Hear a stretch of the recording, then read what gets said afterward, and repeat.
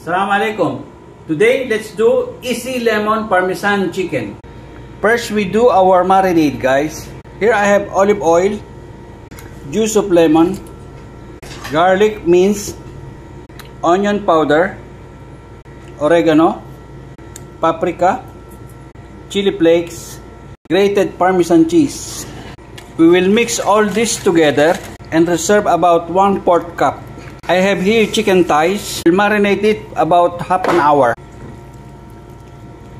Now we will pop it up to our air fryer for about 12 minutes. If you don't have the air fryer, you can do to oven as well. This is our after 12 minutes of air frying, guys. Now we pour our reserved sauce, guys. And I hope you like it. You can serve it with potato or bread. Enjoy, guys. Enjoy.